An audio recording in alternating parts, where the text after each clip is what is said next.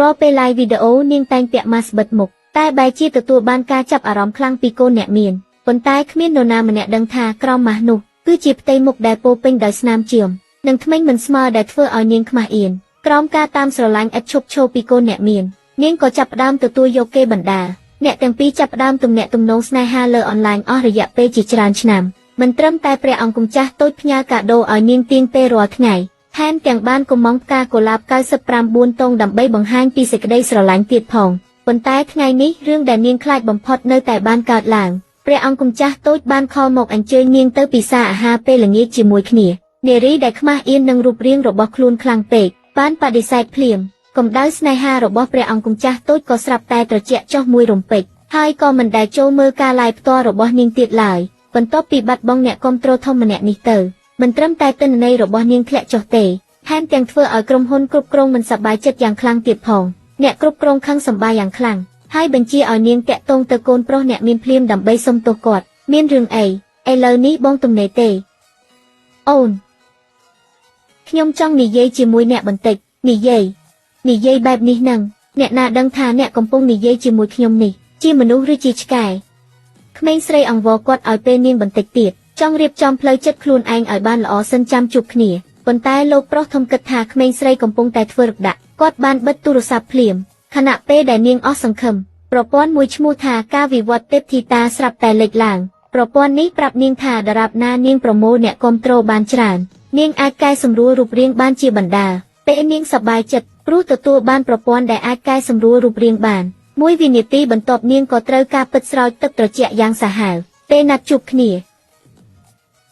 ជាឃើញកូនប្រុសចៅវាយចេញសារថ្មីលើបណ្ដាញសង្គមទៅវិញជូនពរថ្ងៃកំណើតព្រះនាង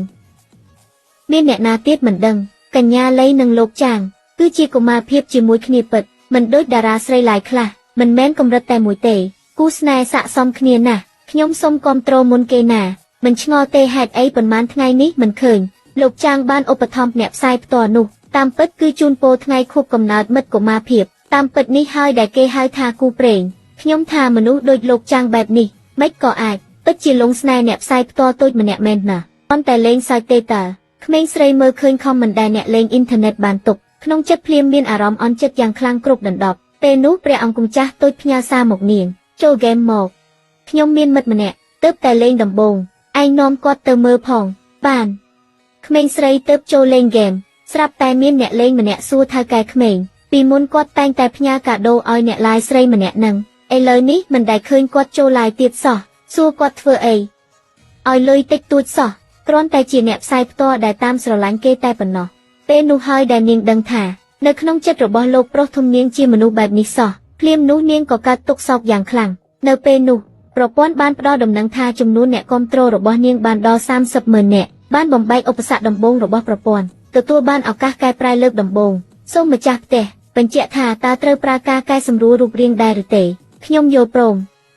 ធ្មេញដុសចេញរបស់ក្មេងស្រីនោះបានបាត់ភ្លាមទោះបីជាស្នាមអុចខ្មៅនិងស្នាមជាមនៅតែមានប៉ុន្តែវាក៏ធ្វើឲ្យនាងមើលឃើញក្តីសង្ឃឹមដែរភ្លាមនោះនាងក៏បានផ្ញើសារទៅព្រះអង្គម្ចាស់ដោយបញ្ជាក់ថានាងនឹងជួបទ្រង់ក្នុងពេលឆាប់នេះមិននឹកស្មានថាមួយវិនាទីបន្ទាប់ក្រុមហ៊ុនបានទូរស័ព្ទមកនាងដោយប្រាប់ថាចាប់ពីថ្ងៃនេះទៅការឡាយរបស់នាងត្រូវតែចូលរួមក្នុងកម្មវិធីភេទទោះបីជានាងមិនចង់ក៏គ្មានវិធីដែរបន្ទាប់ពីផ្ដាច់ទូរស័ព្ទនាងក៏ទទួលបានសារឆ្លើយតបពីបុរសម្នាក់លីនានតើអ្វីដែលធ្វើឲ្យអ្នកយល់ខុសយ៉ាងនេះខ្ញុំចង់ជួបអ្នកខ្លាំងណាស់តើអ្នកគិតថាអ្នកជាអ្នកណាមែនហើយទីបំផុតអ្វីទាំងអស់នេះគឺគ្រាន់តែជាក្តីស្រមៃរបស់ខ្ញុំតែប៉ុណ្ណោះនៅថ្ងៃបន្ទាប់ពេលដែលក្មេងស្រីនោះកំពុងផ្សាយផ្ទាល់យើងបានទទួលយកការផ្សាយផ្ទាល់ដែលមានហានិភ័យខ្ពស់ជាលើកដំបូងព្រះអង្គម្ចាស់បានបង្ហាញខ្លួននៅក្នុងបន្ទប់ផ្សាយផ្ទាល់របស់ក្មេងស្រីម្ដងទៀតទ្រង់មានបន្ទូលដោយទឹកដុំសម្លេងហាក់ដូចជាកំពុងផ្ដល់ជំនួយសន្យាថានឹងជួយនាងឲ្យឈ្នះការប្រកួតផឹកនេះប្រសិនបើនាងដោះម៉ាស់ចេញអ្នកលេងអ៊ីនធឺណិតក៏ចង់ដឹងថានាងមើលទៅយ៉ាងណាដែរប៉ុន្តែភាពស្ងៀមស្ងាត់របស់នាងបានធ្វើឲ្យកូនប្រុសអ្នកមានខឹងម្ដងទៀតគាត់បានផ្ញើកាណាវ៉ាល់ឲ្យបដូរទៅបន្ទប់ផ្សាយផ្ទាល់ម្ខាងទៀតឧបករណ៍ថ្លៃជាបន្តបន្ទាប់បានកម្ចាត់នាងទាំងស្រុងគូប្រជែងដើម្បីផ្គប់ចិត្តកូនប្រុសអ្នកមានបានស្នើជំរើសនៃការដាក់ទណ្ឌកម្មដ៏អាក្រក់ពីរដោះម៉ាស់ចេញឬផឹកទឹកម្ទេសក្មេងស្រីមិនស្ទាក់ស្ទើរក៏ផឹកទឹកម្ទេសឲ្យប្រញាប់បិទឡាយប៉ុន្តែការឡាយផ្ទាល់មុននេះបានធ្វើឲ្យនាងទទួលបានការអាណិតអាសូរនិងការចាប់អារម្មណ៍ពីអ្នកលេងអ៊ីនធឺណិត ចំនួនអ្នកគាំទ្របានកើនឡើងដល់500,000 នាក់ដែលបានធ្វើឲ្យប្រព័ន្ធកែសម្រួលរូបរាងកាយដំណើរការម្ដងទៀតខ្ញុំយល់ព្រមថ្ងៃបន្ទាប់ក្រុមហ៊ុនខឹងសម្បាយ៉ាងខ្លាំងព្រោះតែនាងបដិសេធសំណើរបស់កូនប្រុសអ្នកអុកញ៉ាទាមទារឲ្យនាងទៅផ្ទះកូនប្រុសអ្នកអុកញ៉ាផ្ទាល់ដើម្បីសុំទោសនាងតក់ស្លុតយ៉ាងខ្លាំងចំពោះការទាមទារគ្មានដែនកំណត់របស់ក្រុមហ៊ុនហើយសម្រេចចិត្តបញ្ចប់កិច្ចសហប្រតិបត្តិការផ្សាយផ្ទាល់ជាមួយក្រុមហ៊ុនភ្លាមប៉ុន្តែការសងសឹករបស់ក្រុមហ៊ុនគឺលឿននិងឃោរឃៅពួកគេបានយករូបថតអាក្រក់ដំបូងរបស់នាងដែលគ្មានការកែសម្រួលមកផ្សព្វផ្សាយជាសាធារណៈអំពើហិង្សាតាមអ៊ីនធឺណិតបានជន់លិចនាងភ្លាមអ្នកគ្រប់គ្រងរបស់នាងថែមទាំងបានផ្ញើសារខ្លីមួយមកនាងដែលមានការចំអកទៀតផងឃើញទេនេះជាតម្លៃដែលអ្នកមិនបន្តកុងត្រាក្រុមហ៊ុនអាចធ្វើឲ្យអ្នកល្បីបានក៏អាចធ្វើឲ្យអ្នកខូចឈ្មោះបានដែរ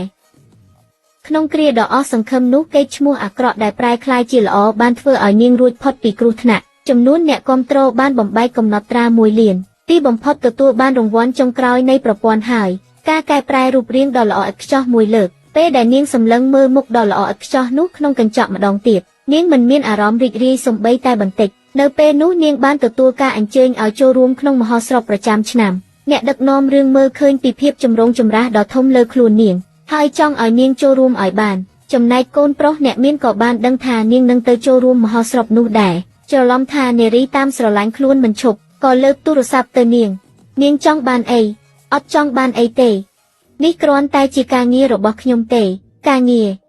មិនមែនលុយទេឬចង់បានប៉ុន្មានខ្ញុំឲ្យឯងទ្វេដងរួចយកលុយហើយចេញទៅខ្ញុំមិនចង់បានលុយឯងទេល្អចង់ខ្មាស់គេមែនទេចង់ធ្វើរឿងឲ្យគេចាប់អារម្មណ៍មែនទេនេះឯងជ្រើសរើសខ្លួនឯងទេអ្នកដឹកនាំរឿងបានឃើញមុខពិតរបស់នាងជាលើកដំបូងនៅខាងក្រោយឆាកពេលនេះទើបយល់ថាហេតុអ្វីនាងមានទំនុកចិត្តម្លេះឯងពិតជានាងហួយសៀងមែនឬមែនហើយគឺខ្ញុំចៅហ្វាយប្រញាប់ជួលកងទ័ពអនឡាញទិញពាក្យពេញនិយមឲ្យខ្ញុំភ្លាមធ្វើឲ្យពាក្យពេញនិយមដែលថានាងហួយសៀងជាស្រីអាក្រក់ល្បីខ្លាំងបំផុតខ្ញុំធានាបានចាំឲ្យគេមកមើលទាំងអស់គ្នាអ្វីដែលគេហៅថាស្រីអាក្រក់យប់នេះការផ្សាយផ្ទាល់នឹងផ្ទុះខ្លាំងមិនខានពេលពិធីចាប់ផ្ដើមនឹងមានការផ្សាយផ្ទាល់ទូទាំងបណ្ដាញអ្នកលេងអ៊ីនធឺណិតជាច្រើនចង់ដឹងតើស្រីម្នាក់នោះមានមុខបែបណានៅក្រោមម៉ាស់ពេលដែលពិធីករអញ្ជើញភ្ញៀវកិត្តិយសពិសេសឲ្យអានកំណាព្យអេកូរួមគ្នាខាងក្រោមឆាកថែមទាំងមានសម្លេងហូមមិនពេញចិត្តទៀតផងមិនអីទេអូនយ៉ាទោះបីជាបងស្រីមកថ្ងៃនេះក៏ដោយគាត់ក៏គ្រាន់តែអាម៉ាស់ខ្លួនឯងប៉ុណ្ណោះគាត់ទៅជាកូនឆ្មាដ៏គួរឲ្យស្រឡាញ់របស់អ្នកទាំងអស់គ្នាសំងំការពារកម្រិត1ការពារភ្នែកឲ្យបានល្អជម្រាបសួរអ្នកទាំងអស់គ្នាខ្ញុំឈ្មោះលៃនាន